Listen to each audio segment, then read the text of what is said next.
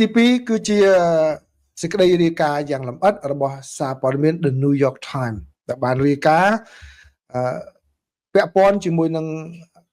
អារម្មណ៍របស់ក្រុមគ្រួសាររបស់យុទ្ធជនទាំង18រូបដោយសារព័ត៌មាននេះបានទៅសម្ភាសសមាជិកក្រុមគ្រួសារមួយចំនួនបាទ3នាក់មានម្ដាយមានភរិយារបស់យុទ្ធជនរបស់កម្ពុជានោះដោយសរុបទៅពួកគេបានផ្ដោតក្តីសង្ឃឹមបាទទៅលើលោកប្រធានាធិបតី Donald Trump in Trump families of Cambodian troops detained by Thailand Sea Hope បាទគឺបានន័យថាក្រុមគ្រួសារក្រុមយុទ្ធជនដែលថៃខាត់ខ្លួននោះបានដាក់ក្តីសង្ឃឹមមើលក្តីសង្ឃឹមទៅលើលោកប្រធានាធិបតី Donald Trump ខ្ញុំក៏អញ្ចឹងដែរបាទអញ្ចឹងខ្ញុំមិនអានទាំងស្រុងទេអត្ថបទនេះខ្ញុំសូមចែករំលែកដកសង្កខ្លះមកជូនប្រិយមិត្តទាំងអស់គ្នាគឺអត្ថបទនេះសរសេរដោយ New York Times គឺបានសរសេរល្អមែនទែនគឺមានលក្ខណៈយុត្តិធម៌សម្រាប់ជនរងគ្រោះបាទនៅក្នុងប្រទេសកម្ពុជាជាពិសេសក្រុមគ្រួសារយុទ្ធជនដែលរងគ្រោះទាំងអស់នេះបាទគឺគាត់បាននិយាយពាក់ព័ន្ធជាមួយនឹងកូនរបស់យុទ្ធជនម្នាក់ដែលបានទៅបានថៃចាប់ខ្លួនទៅហ្នឹងគឺឈ្មោះលោកហុងច័ន្ទវិមានបាទលោកហុងច័ន្ទវិមានហើយនឹងកូនដែលចេះត្រឹមតែហៅឪពុកទៅប៉ាក៏ប៉ុន្តែអត់ឃើញប៉ាត្រឡប់មកផ្ទះវិញបាទគឺការសរសេរហ្នឹងបានចូលដល់ក្រុមគ្រួសារហ្នឹងទៅសម្ភាសបាទសម្ភាសលោកប្រពន្ធរបស់លោកច័ន្ទវិមានហុងច័ន្ទវិមានហ្នឹងបាទសម្ភាសហ្នឹងហើយគឺប្រពន្ធគាត់សង្ឃឹមថាពេលដែលសង្គ្រាមចប់នោះស្រាប់តែការប្រយុទ្ធឈ្នះចប់គឺអាចនឹងមកផ្ទះក៏ប៉ុន្តែបែរជាមិនបានឃើញឥឡូវនេះគឺនៅពេលដែលមានការចុះហត្ថលេខានៅប្រទេសម៉ាឡេស៊ីនៅថ្ងៃអាទិត្យនេះគឺអ្នកស្រីជាភរិយានោះគឺគាត់សម្ដែងនៅក្តីសង្ឃឹមថាអាចនឹងបានឃើញស្វាមីវិលត្រឡប់មកផ្ទះវិញប្រៀបដូចជាអ្វីដែលលោកប្រធានាធិបតី Donald Trump បានជួយសម្របសម្រួលឲ្យមានបទជបាញ់នៅក្នុងតំបន់ហ្គាហ្សាជាមួយនឹងអ៊ីស្រាអែលដែលនៅពេលនេះគឺចំណាប់ខ្មាំងអ៊ីស្រាអែលត្រូវបានដោះលែងមកវិញហើយគាត់សង្ឃឹមថាគឺអាចនឹងបានដោះលែងស្វាមីរបស់គាត់ផងដែរបាទគាត់ថាការរស់រានមានជីវិតឬក៏មរណភាពរបស់ប្តីខ្ញុំគឺអាស្រ័យទៅលើលោកប្រធានាធិបតីហើយនេះបើតាមអ្នកស្រីគ្រួចយ៉ាដែលជាប្រពន្ធរបស់លោកបាទហុងច័ន្ទវិមានបាននិយាយប្រាប់សារព័ត៌មាន The New York Times ហើយអត្ថបទនេះបានបន្តទៅទៀតពីរឿងក្រុមគ្រួសារមួយចំនួនថាជាការមួយដែលដល់ក្តីសង្ឃឹមរបស់គេហើយពាក់ព័ន្ធជាមួយនឹងចំនួនក្នុងរយៈពេលប្រហែលសប្តាហ៍ប្រហែលខែកន្លងមកនេះគឺអនាគតនៃអ្នកដែលត្រូវបានគេចាប់ជាឆ្លើយសឹកទាំងអស់នោះគឺជាចំណុចមួយដែលជាការដាក់សម្ពាធមួយមកលើអាជ្ញាធរកម្ពុជាដែលខិតខំប្រឹងប្រែងយ៉ាងណាឲ្យថៃដោះលែងមកវិញឲ្យបានឆាប់ហើយក៏បានជួបអ្នកស្រីពេកថនដែលជាភរិយារបស់លោកលៀបធាផងដែរមកទៅជួបភរិយាមួយទៀតក៏ក្រុមគ្រួសារហ្នឹងគឺក៏បានសម្ដែងក្តីសង្ឃឹមផងដែរហើយគាត់បានទទួលព័ត៌មានអំពី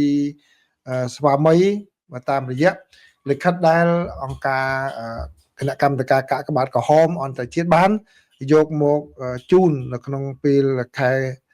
កាលពីខែមុនខែកញ្ញាកន្លងទៅនេះដែលស្វាមីបានសរសេរអំពីស្ថានភាពដែលរស់នៅក្នុងការគ្រប់គ្រងក្នុងការឃុំឃាំងនោះដែលថាពួកគេមានសុខភាពល្អបាទមានសង្ឃឹមថាអាចនឹងវិលទៅជួបក្រុមគ្រួសារឡើងវិញបាទដោយសារតែមានតែអង្គការគណៈកម្មការកាកបាទក្រហមអន្តរជាតិទេ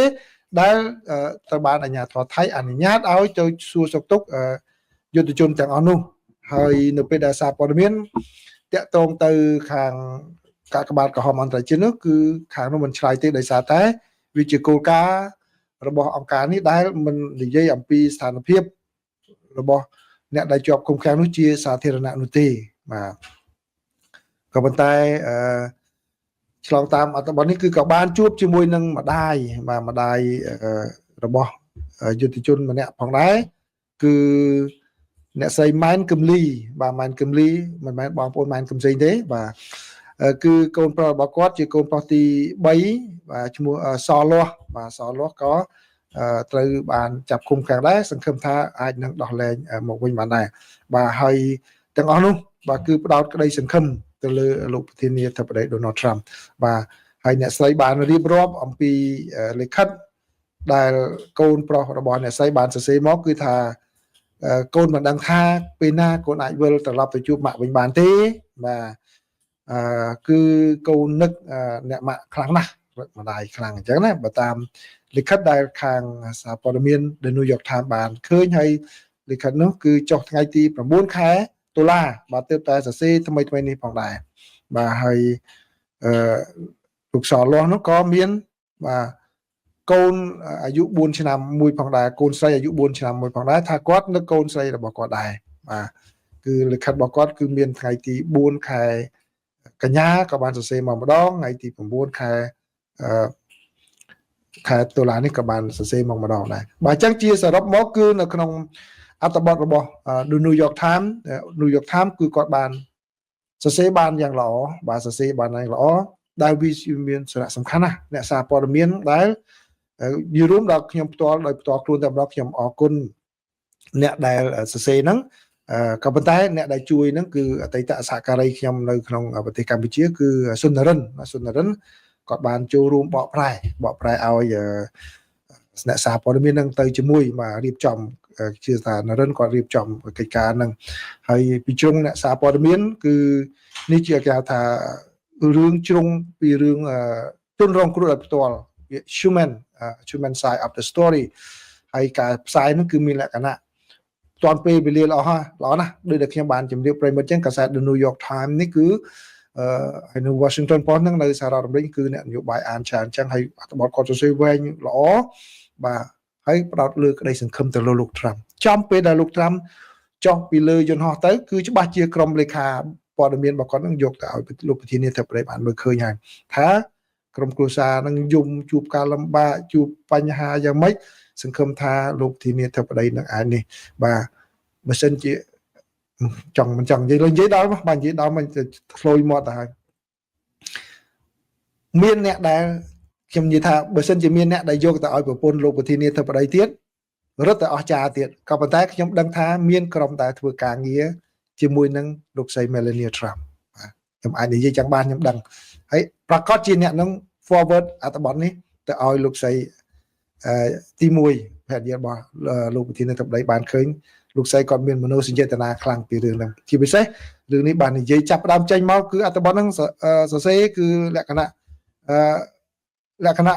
គេថាជ្រុងនៃមនុស្សធម៌ជ្រុងនៃមួយតែម្ដងគាត់ថាចាប់អត្ថបទនេះចេញមក Papa is the only word that 2 years old Rosso can say but his father has not been home to Pratom village Cambodia in months ចេញមកគឺបង្ហាញពីអារម្មណ៍មនោសញ្ចេតនាតែម្ដងគឺមានន័យថាម៉េចពាក្យថាប៉ាប៉ាគឺជាពាក្យតែ2ម៉ាត់គត់ដែលកុមាររស់សូវីយ៉ូអាយុ2 ឆ្នាំអាចនិយាយបានប៉ុន្តែឪពុករបស់កុមារនោះនៅមិនទាន់វិលត្រឡប់មកផ្ទះដែលនៅភូមិព្រៃធំនៃប្រទេសកម្ពុជាអស់រយៈពេលជាច្រើនខែមកហើយបាទដូច្នេះប្រសិនបើឲ្យទៅលោកស្រីភរិយាបានឃើញអត្ថបទចេះគាត់មូគាត់មានអារម្មណ៍ដូចថាក្តុកក្តួលណាស់ពីព្រោះគាត់ក៏បានកំពុងតែធ្វើកិច្ចការហ្នឹងជាមួយនឹងរឿងកុមារនៅអ៊ុយក្រែនដែរហើយស្រាប់តែចាំមកថាអ្នកសរសេរអត្ថបទ New York Times នេះលោកស្រីមួយដែលសរសេរហ្នឹង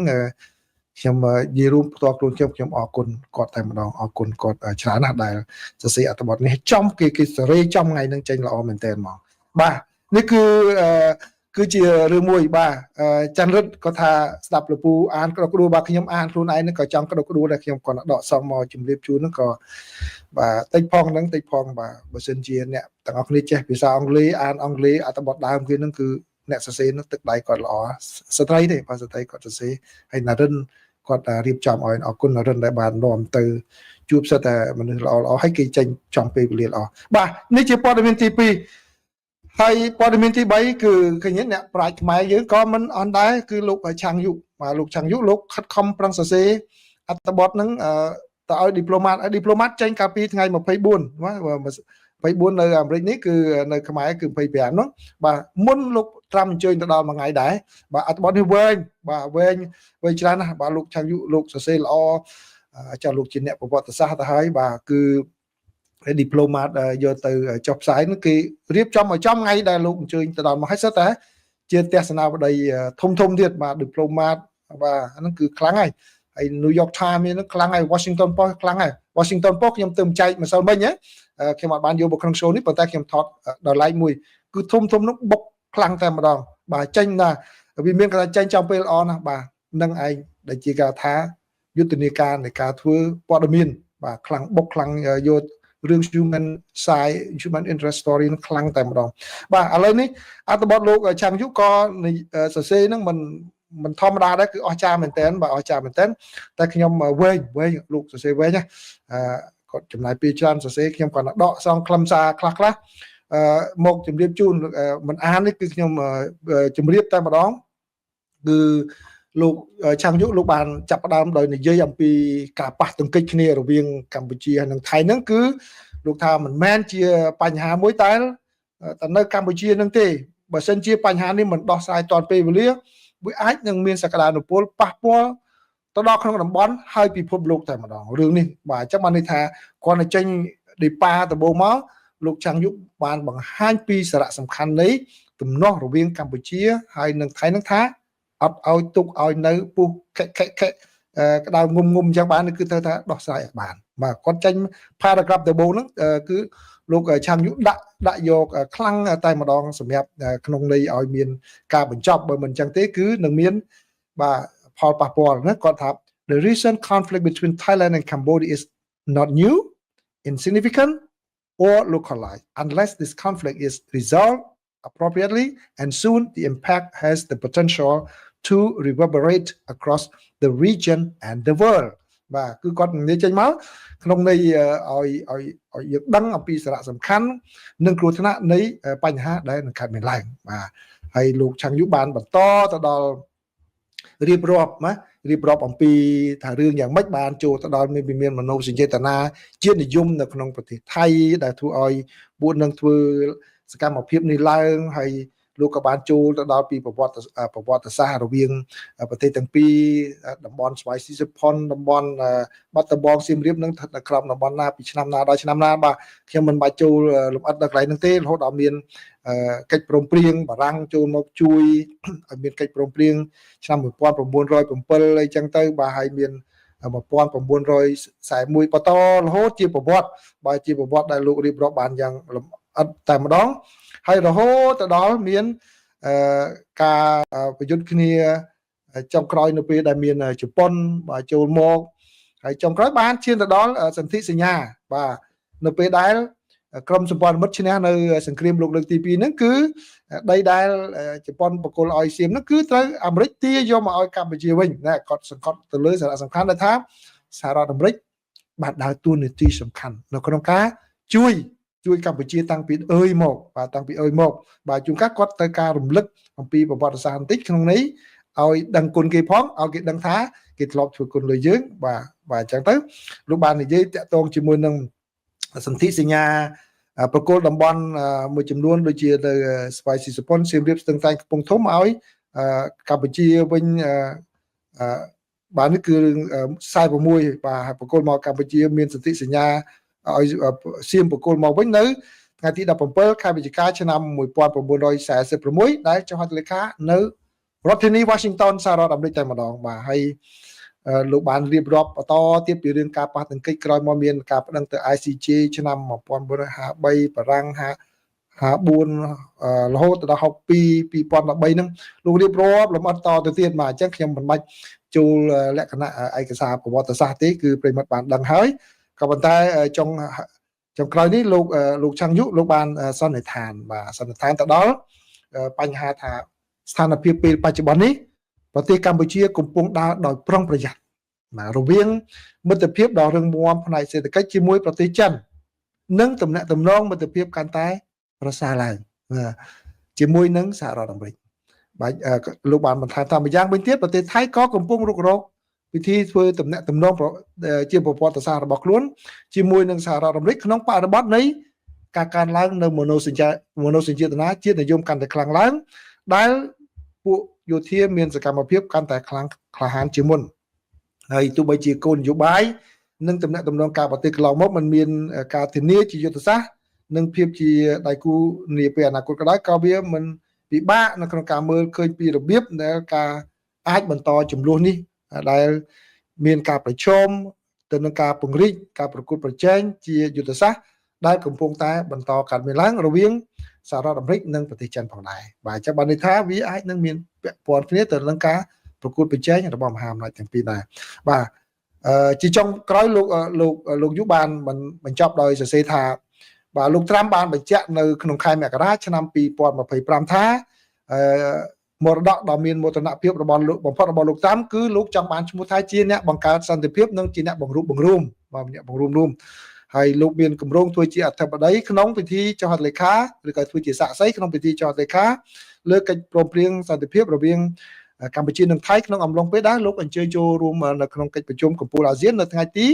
26ខែតុលានេះបាទហើយលោកបានសន្និដ្ឋានបញ្ចប់ថាដោយរំលឹកឡើងវិញ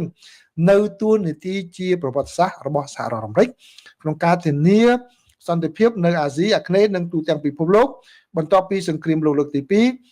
ឥឡូវនេះជាពេលវេលាសម្រាប់សន្តិភាពរវាងប្រទេសនៅតំបន់អាស៊ីទាំងពីរនេះហើយបាទនេះគឺជាការចូលរួមចំណែកដ៏ឧត្តមខ្លាំងមែនទែនរបស់លោកឆាងយុដែលលោកបានសរសេរបែបនេះបាទទី1ការសរសេររបស់លោកមានលក្ខណៈណែងណងវត្តសាស្ត្រការរើសពាក្យពេចន៍ style នៃការសរសេររបស់គាត់នឹងគឺខ្លាំងមែនទែនបាទចាំថាអត្ថបទគេអ្នកដែលមិនសូវមានពេកគេមើលចាប់ដើមដំបូងគេចាប់ដើមមកអញ្ចឹងគេមើលពាក់កណ្ដាលបន្តិចហើយចុងក្រោយនឹងខ្លឹមសារគឺយើងសង្ខេបបានខ្លាំងប៉ុណ្ណាគឺការចាប់ដើមរបស់គាត់គឺនិយាយថាទំនាស់នេះវាអាចនឹងរីករាលដាលវាមិនមែនជាទំនាស់ថ្មីប៉ុន្តែកុំទុកតែទុកវាអាចរីករាលដាលហើយតែរីករាលដាលមិនមែនប៉ះពាល់ទៅនៅកម្ពុជាថៃទេតំបន់ទាំងមូលពិភពលោកទាំងមូលចុងក្រោយហើយនៅពាក់កណ្ដាលលោកបាននិយាយអំពីទួលនីតិរបស់សហរដ្ឋអាមេរិកចុងក្រោយគាត់ទាញការសន្និដ្ឋានថាអាមេរិកធ្លាប់មានទួលនីតិដ៏សំខាន់ឥឡូវកុំភ្លេចឥឡូវនេះដោះស្រាយទំនាស់នេះឲ្យបានចប់ផងដែរបាទពាក្យចឹងឯអ្នកដែលអ្នកប្រាជ្ញដោយលោកឆាងយុឲ្យបានសរសេរឲ្យអន្តរជាតិគេមើលឃើញឲ្យ diplomat ចុះផ្សាយទៀតមិនមែនជារឿងធម្មតាទេអញ្ចឹងហើយបានជាខ្ញុំតែងតែប្រាប់ឲ្យប្រិយមិត្តមួយចំនួនបើរៀនឲ្យចេះរបៀបអញ្ចឹងឲ្យសរសេរដល់ខ្លាំងអញ្ចឹងបងអាហ្នឹងហើយបានហៅថាអ្នកចេះបាទសូមបន្តទៀតព័ត៌មានទី4នេះគឺរឿងនៅសហរដ្ឋអាមេរិកវិញម្ដងបាទអញ្ចឹងលោកប្រធានាធិបតី Donald Trump លោកខឹងសម្បានឹងប្រទេសកាណាដាខឹងសម្បាខ្លាំងដែរអញ្ចឹងបើតាមសេចក្តីរាយការណ៍មកនេះគឺលោកប្រធានាធិបតីលោក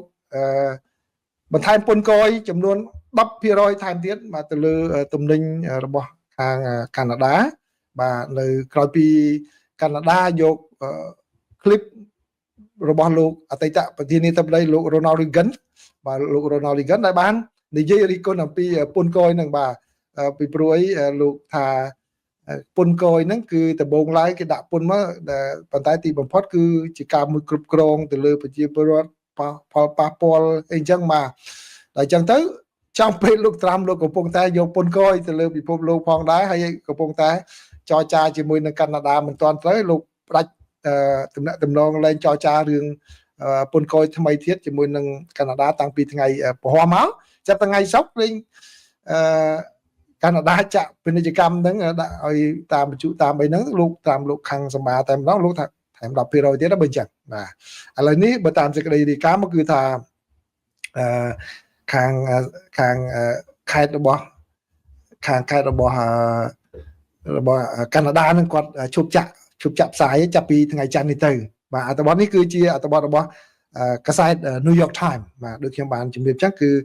នៅសហរដ្ឋអាមេរិកនេះ New York Times ហើយនិង Washington Post តើយើង subscribe តើយើងជាវគេបានយើងអាចមើលបានហើយខ្ញុំជាវខ្ញុំបានមើលឃើញបានបាទចឹងនេះគឺជាព័ត៌មានចុងក្រោយណាតាក់ទងជាមួយនឹងសហរដ្ឋអាមេរិកហើយនិងប្រទេសកាណាដាបាទហើយដូចដែលខ្ញុំបាននិយាយប្រាប់ប្រិមិត្តកន្លងមកដឹងតាមនេះគឺពន្ធ 10% ហ្នឹងគឺទីបំផុតហើយបាទហើយកម្ពុជាយើងទទួលបាន 19% បាទបើយើងចង់បាន សូមភាគរយដូចមុនទៀតបើជាមិនបានទេបាទអញ្ចឹងបើសិនតែគាត់ថាទៅប្រជុំនៅគូលំពួនហ្នឹងបើសិនមានការអីអាចនិយាយចុះនិយាយឡើងមិនលោកធានាទឹកដីថាមានតំណែង200មុខដាក់យកពន្ធ 10% ដែរចាស់ចឹងចុះហ្នឹងគឺល្អសម្រាប់កម្ពុជាប៉ុន្តែរឿងនោះយ៉ាងមិនដែរបាទហ្នឹងសុផាណាក៏ថាស្ដាប់ហើយរំភើបបងអរគុណលោកឆាងយុបាទជាការពិតអរគុណលោកឆាងយុហើយក៏កុំភ្លេចតិចភ្លេចណាក្រោយពីចុះហត្ថលេខាហើយរវាងកម្ពុជាថៃលោកត្រាំធ្វើអត្ថបទភាពហើយកុំភ្លេចចូលទៅក្នុងបណ្ដាញ X របស់លោកត្រាំ Facebook របស់លោកត្រាំ Facebook របស់ White House Facebook របស់ក្រសួងការបរទេសសហរដ្ឋអាមេរិក Facebook របស់លោក Marco Rubio អរគុណពួកគាត់ផងបាទឬក៏ចូលសារទូតសហរដ្ឋអាមេរិកប្រចាំនៅកម្ពុជាអរគុណពួកគាត់ផងកុំភ្លេចណាកុំភ្លេចឡៃតាគិតរឿងហ្នឹងកុំភ្លេចអរគុណអ្នកដែលខិតខំប្រឹងប្រែងធ្វើកិច្ចការហ្នឹងផងបាទនេះខ្ញុំក៏